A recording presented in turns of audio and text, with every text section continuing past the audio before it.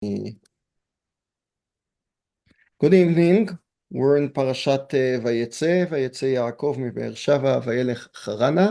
Yaakov escapes from Eretz Israel and then goes towards Haran. And ויפגע במקום, he meets some place. There is a machloket between Rashi and Ramban where exactly it was, whether it's Beit El that is adjacent to Har Moriah, and he actually came to Beit HaMikdash, or that he was in Beit El. We'll speak about it later.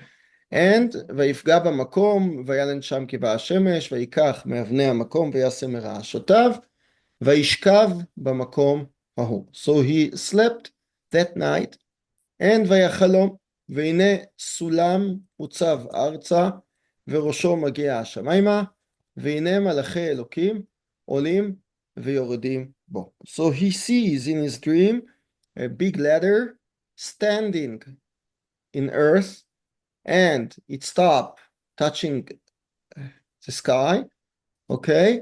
והנה מלאכי אלוקים עולים ויורדים בו. So the surprising effect of the dream is that angels usually were used that they come from heaven to earth. And if they go back, okay, so they might go back. But here, עולים ויורדים בו, it means that the source, the base is in earth. And even though the angels go up and down. So we'll have to understand what it means. What does a ladder mean? Okay, we might say that there is in a ladder is something that mechaber, okay, that unites two parts like heaven and earth. It's much higher than earth, and therefore we need something to unite them. Let's say in Brit Ben HaBetarim, Abraham was standing or was walking in the vacuum, in the void between two halves of the animals that were shachted before.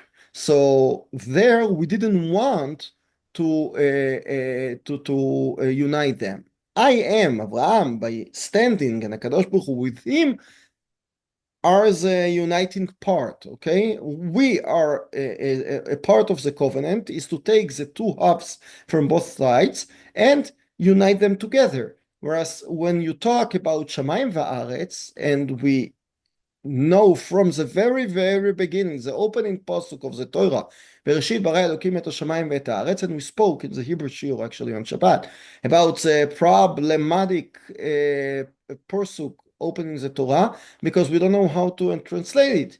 HaKadosh Baruch Hu created Shamayim va'aretz as two parts or as one part, okay? So if we say that there are two parts and they are very different than each other, therefore, the sulam means uniting them. Okay, so you can relate to the ladder as something that unites two parts that are far away. And if you remember that Avraham, when sending Eliezer to take Rivka, he said, הקדוש ברוך הוא אלוקי השמיים וישביעך באלוקי השמיים ואלוקי הארץ. So he says separately, אלוקי השמיים ואלוקי הארץ. Rashi explains that at the beginning, when I came, before the monotheism, HaKadosh Baruch Hu was just up in heaven. Nobody knew him here. I worked in order to publish the Emunat HaKadosh Baruch Hu in the big world, and therefore nowadays he is Elohei Haaretz.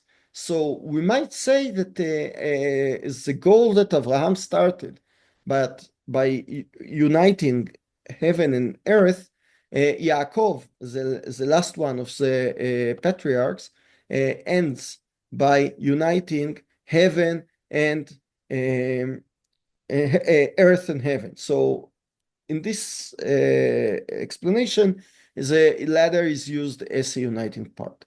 We might talk about the ladder as, I don't know how to, as the places, the shlavim, okay, that exist in the ladder. You have steps, you go each step, and you have a graduation. Okay, you start from the lowest part one till the highest one. Stages, shlavim, stages. Stages. Thanks. Okay. So yeah. Rungs of a ladder. How? Sorry? Rungs. Rungs? RUNG. Ah, okay. Thanks. Okay. So the ranks of the ladder in Ramban, actually Ramban brings a midrash that HaKadosh Baruch Hu showed, there are several versions of the midrash, but HaKadosh Baruch Hu showed the four malchuyot to Yaakov. What does it mean? HaKadosh Baruch Hu showed him Bavel, he saw the angel of the minister of or angel of Bavel goes up and goes down, and then he sees the angel of Madai Parasumadai goes up and down, and then the angel of Greeks goes up and down, and then the angel of Rome, but it goes up, up, up, up, up, up, and never goes down. So Yaakov was very weak, and he didn't understand what's going on. He was thinking that's the end of him. So Kadosh Baruch Hu told him, "Don't worry. This one is longer. He has a lot of ranks to go up, but at the end of the day, as written explicitly in the only Navi dedicated to Edom, which is Sefer Ovadia, HaKadosh Baruch Hu tells him, "Tagbia kanesher." If you go up like a nesher, משם הורידך נאום השם, okay? Even if you're an eagle and you go so high, I'll take you and smash you down, because there is an end to each ladder, okay? So if you take this midrash, this frightening midrash, HaKadosh Baruch Hu, when Yaakov goes to the diaspora, HaKadosh Baruch Hu not only showing him all the fears, all the future, all the he's going to establish Am Israel in Beit Lavan. So HaKadosh Baruch Hu tells him it's not going to be so easy. You have a lot of work, you have a lot of galuyot to go through, but there is a pattern in Chazal of four malchuyot. The pattern appears mainly in Sefer Daniel, and later on it appears a lot of times. In Sefer Daniel we have twice, once the dream of Nebuchadnezzar, there you see another dream. You see a big sculpture, head, arms, body and legs, all from different materials, and it symbolizes the four malchuyot. And then later on in Sefer Daniel, we have he sees in his dream four animals going out of the ocean or out of the sea. So this pattern is in Sefer Daniel, and here Kadosh Baruch Hu shows him all the history of Am Israel. But Akadosh Baruch Hu wants to show that there is a graduation. Okay, it's you have one level of Babylon, one level of Parasumadai, and each one of them you deal with a different issues. There is no continuity between one and each other. It just, but Babylon ends, so you start with Parasumadai, but each one of them is another rank in the ladder. And it's very interesting because when I thought about it before the Shiur, the Baal HaTurim on this part brings that Sulam, if you write Sulam in the Bible, you don't write with Vav. So Sulam, Samech, Lamed, Mem is 130. And it's like Sinai, Mount of Sinai, okay? Samech, Yud, Nun, Yud, Mamash, the same, believe me, okay? And so the Sulam, if you think that the place was Har Moriah, like Rashi, so okay, so there is a linkage between Har Moriah and Mount Sinai. Okay, we know that there is a kesher between them, And here is one of the places that Mount Sinai and Har HaMoriah are connected, because Yaakov is located in Har HaMoriah, but he dreams about Har Sinai. We see it in Sefer Melachim that Eliyahu is in Har HaKarmel. He has the confrontation with Nevi'ei Baal. Then he was sure that he would beat them and show them the truth of Hashem. And he was very devastated and depressed after not succeeding, even in the debate, to make them believe in HaKadosh Baruch Hu. And then he is very frustrated. He goes from Mount Carmel to Mount Horeb. Okay, so we have all the Harim are connected somehow. But again, in Baal HaTurim, if you remember well, Mount Sinai, what is the tzivui immediately after Mount Sinai? When you end with Kabbalat Torah, at the end of Parashat Yitro, HaKadosh Baruch Hu tells Am Yisrael, לא תעלו במעלות על מזבחי, okay? אשר לא תגלה רחבתך עליו. Meaning to say that the kevesh leading to the mizbeach was smooth, with no stages, with no stairs. Okay? It was a ramp. Was a ramp. Yeah, כן. תודה, רמפה בעברית. Okay? Yeah, it was a ramp, and it was done without any stairs. So basically, according to what the Torah says, it's a matter of tznius, because they went with a simla, with such a skirt, and it's not sanua if there is a stage. Okay? But if we speak now about the ladder, about Mount Sinai, as a place of ladders, of ranks, so the tzivui afterwards is very opposite, because it says, "Velo ta'ale b'ma'alot al mizbechi."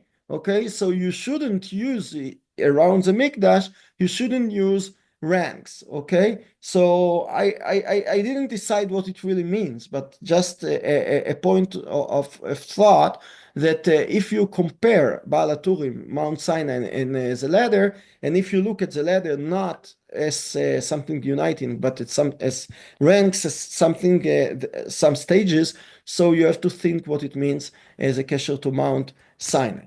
Okay, that's another thing of the ladder.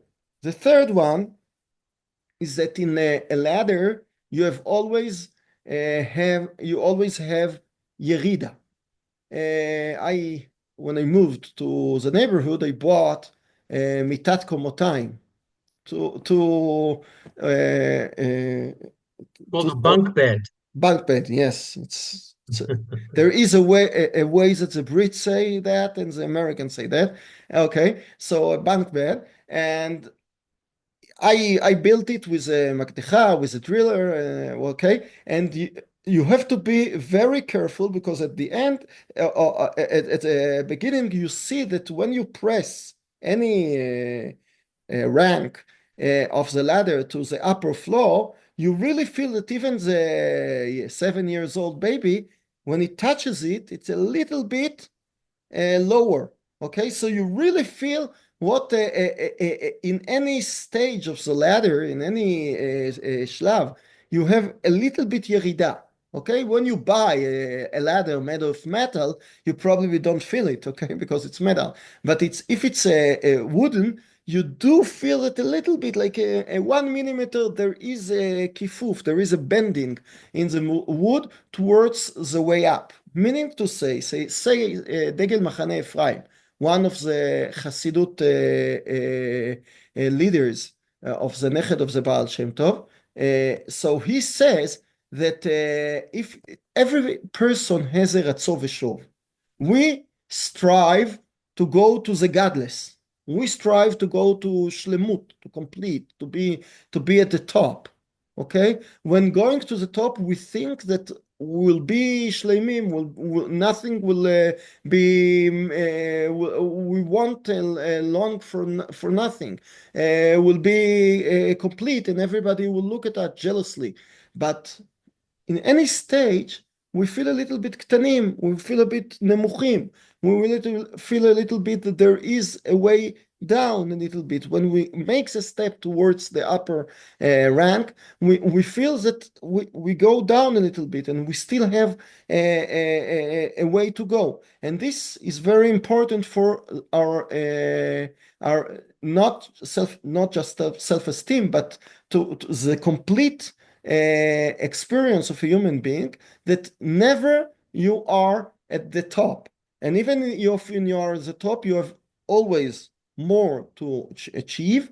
And even if you are at the top, you are standing on a rank and a little bit going down, okay? Because in any stage in your life, even if you are on the sus, on the riding like Mordechai on the horse, know that there is a little bit of yerida in each everything you do. So that's another perspective of the ladder, not linking or uniting or linking between two parts, not ranks, different ranks, but רצו ושוב, ירידה, צורך עלייה, okay? So you see that in each one of them, just pay attention to the way you go up the ranks. So even if Yaakov would go to Lavan and will have a family and feel that he's complete, he has everything, he has 12 kids, whatever, but no, the danger is mamash at the corner, and Lavan will cheat you, or something would happen, the Saro shel Esav is waiting, etc., etc. So Yaakov learns about the pgiut, vulnerability of the human being. Okay, you are never complete. You always have a fear, and it helps you to build who you are. That's the third explanation of the ladder. Okay, now I want to discuss a little bit, not the ladder itself, but the whole kesher of the vision of the ladder to the Haftarah.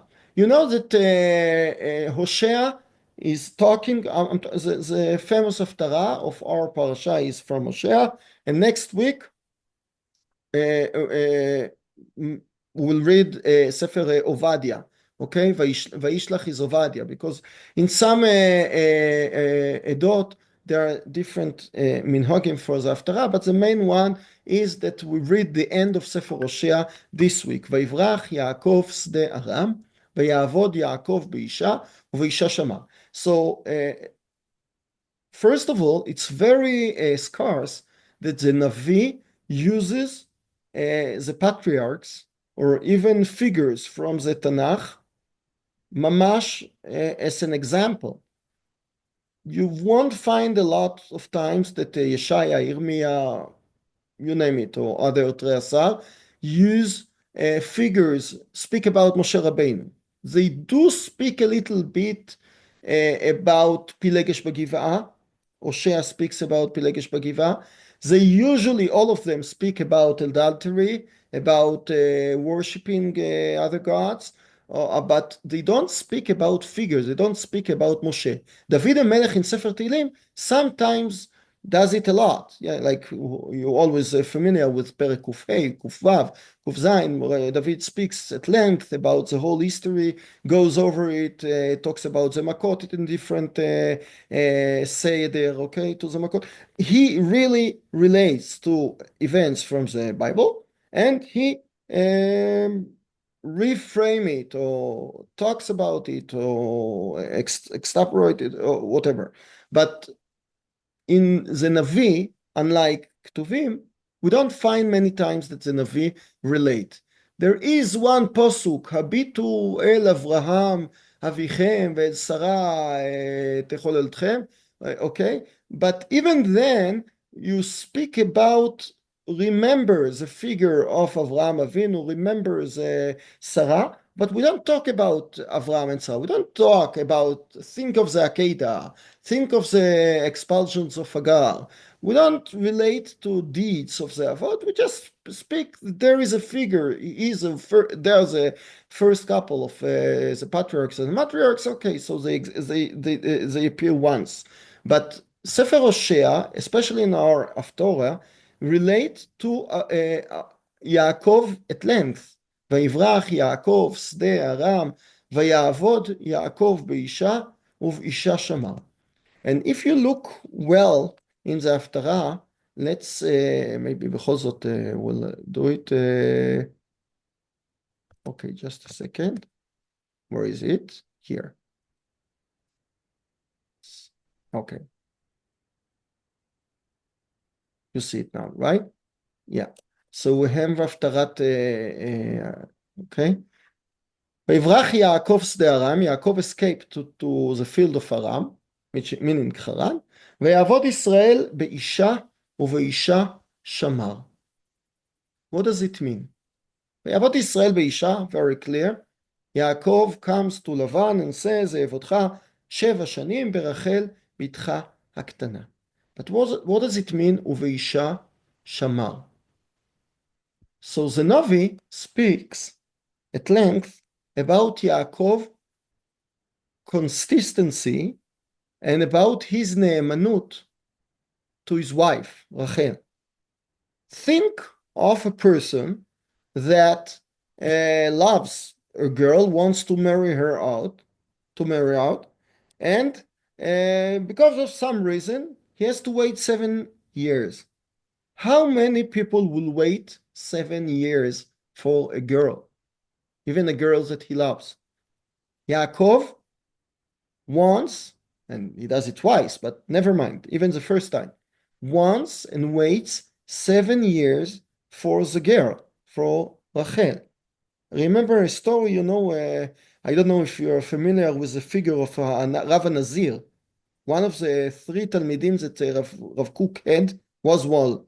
The famous one was his son, Rav Tzvi Yehuda Kook. The other one was Rav Harlap. And the third one was Rav Nazir, Rav David Cohen.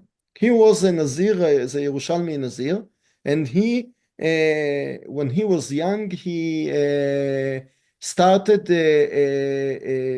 behaving in Nazirut. He had a long hair, he never drank wine, and he made the journey to the desert in order to find Ruach HaKodesh, because he was very ruchni. He was a Talmid, a scholar in the University of Basel, and he has a very interesting introduction to the Orot HaKodesh.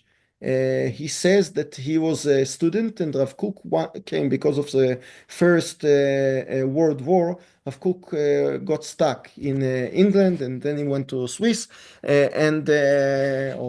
the opposite, he was in Swiss, and then he went to England, and then Rav Kook came to Rav Cohen. Rav Cohen, by the way, Immanuel Cohen, Arthur Cohen, from the Kehilat. There's Arthur Cohen is the grandson of the Rav that by whom Rav Kook stayed. He was a Rav of Basel, and Rav Nazir, Rav David Cohen, says that he was there, and he heard Rav Kook saying korbanot before the tefillah, and from then on, he never left him. He understood that there is somebody big figure, nefesh gdola, in front of him, and from then on, nefesh nidbeka b'nefesh. So the story of the Rav Nazir was a very special person. He didn't speak with anybody 19 years, from 48 till 67. Then the Kotel was freed. So he didn't speak stam. He was in Ta'anit Dibur for 19 years. And he wanted to marry out his cousin in Russia. She was a student in, I think, St. Petersburg. And he promised her, I'll marry you out. And then somehow we went to Eretz Israel, and I don't remember what happened. Maybe it was Haficha, okay, the rebellion in Russia. And he got stuck in Eretz Israel. Later, he couldn't go because the Turkish regime was here. He couldn't go back to Russia, and then he went to Swiss to study. And she waited for him 12 years. Okay, and he sent once somebody to look if she still thinks that remembers what he promised to her. So she says, yes, I'm waiting for you. And 12 years she waited, and then after 12 years they met, and they didn't even talk. He was in Ta'anit Dibur. It's a beautiful story. He was in Ta'anit Dibur by then, and she saw him after 12 years, and she could think that he got mad because he didn't talk with her after 12 years, but she understood immediately that he's a holy guy, and they married, and their son was Rav Shari Shuv Cohen, the Rav of Haifa, and their daughter was Rav Goren's wife. Okay, so How that's could he say Harayat Mekudeshetli if he was in no, Tanit Dibur? he said Lishma. Yeah, Tani Dibur doesn't mean that you don't daven. Okay, you don't say. But he was. What I want to say, he didn't speak with her, and even later he didn't speak with her. It was very kadosh, and it was a very difficult. Very special person to live with, okay, and it required her a lot, and she shamra lo emunim. That's very, very, very scarce. So that's exactly what the Navi says here. Uvisha shamar, meaning to say that Yaakov waited and kept his decision. Here it's not a promise, but even in his decision, okay, to Rachel. ובנביא העלה השם את ישראל ממצרים, ובנביא נשמר. So there is a משחק, a pan, between ובאישה שמר to ונביא נשמר. You see that it's a משחק מילים, it's like a חרוזים, נכון? What does it mean here? הקדוש ברוך הוא says that הקדוש ברוך הוא has taken you out of מצרים, ובנביא נשמר. Unlike Sefer Yirmiyah, that talks about Yetziat Mitzrayim, like the big zchut of Am Yisrael, that Am Yisrael, זכרתי לך, חסד נעורייך, אהבת כלולותייך, לכתך אחריי במדבר בארץ לא זרועה. So HaKadosh Baruch Hu remembers our being pierced to him in going after him. And the same, but the opposite, says Hosea. HaKadosh Baruch Hu reminds his own chesed, HaKadosh Baruch Hu's chesed, in taking Am Yisrael from Mitzrayim, uvnavin ishmar, HaKadosh Baruch Hu has promised, and HaKadosh Baruch Hu has waited, like Yaakov, years and years and years to Am Yisrael, even then, though that they were in Shari Tum'ah, they were of the Avodah Zarah, Elu ve'elu of the Avodah Zarah, etc. HaKadosh Baruch Hu waited for the promise in order to be Goel Am Yisrael. And what can we learn from the psukim here? We can learn that HaKadosh Baruch Hu has ne'emanut to Am Yisrael as Yaakov has the ne'emanut to Rachel, to his wife. And sometimes, you know, that even if you make an adultery, you have two ways of adultery. One is a soita, like, okay, we have a no'efet, okay? So the no'efet, every night with somebody else. So she's not keeping any ne'emanut to anybody. Okay, that's one issue. But some sota might be that sota makes an adultery to her husband, but she's ne'emana to another one. Okay, sometimes she doesn't swap her spouse every day, but no, she's ne'emana to another one. Okay, so in Sefer Hosea, he speaks about the two ways. Sometimes he speaks about the problem that you left HaKadosh Baruch Hu, but the advantage, במרכאות, is that you left for another God. So, okay, you believe in the Molech, you believe in the Baal, you believe in something, but you do believe in it. Okay, so the problem is just that you left HaKadosh Baruch Hu. But sometimes, and here the Hosea talks about the problem that Am Yisrael not only keeps ne'emanut to somebody else, but he switches from one to another. And he talks about the politics. You sometimes you are with Mitzrayim, sometimes you are with Ashur. Sometimes you believe that Mitzrayim is your companion and Ben Brit, and sometimes you believe that being with Ashur is much better for you, and then Mitzrayim becomes your enemy. Okay, so when I thought about it a little bit today, it's a little bit difficult because we live between a play between the United States and Russia. We have to play the game and be okay with both of them because we have our own problem.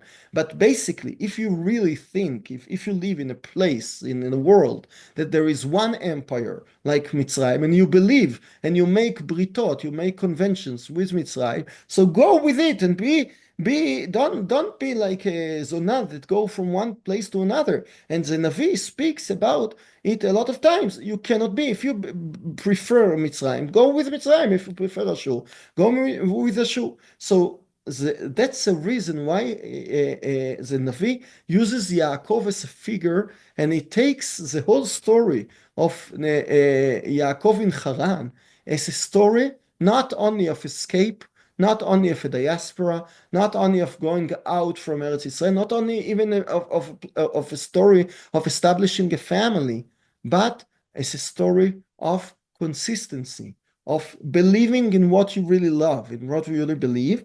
And Yaakov stays with his promises, with his decisions, and never goes to any other options that he has in his way. And that's the hashva'a, the comparison to what Am Yisrael should behave like in Sefer Hosea. He should adhere to HaKadosh Baruch Hu and not look for different options. Ad kan, ערב זה. Good evening. Is there any explanation why the Melachim needed a sulam? Why is it? Why they need a sulam? They float up and down. They don't have legs to climb up and down. Why a sulam? Has anyone ever suggested an explanation? No, so basically the Midrash itself wants to say that there is a measure. You can put Bavel on a scale and measure how many cubes of energy they have, okay? And it's final. It's not something that you cannot think of. Rome is very, very, very, very big. Endless looks like endless, but at the end it's final. So that's what the Midrash wants to say. Therefore, you need a comparison. You need some ranks in order to compare between how many steps they did.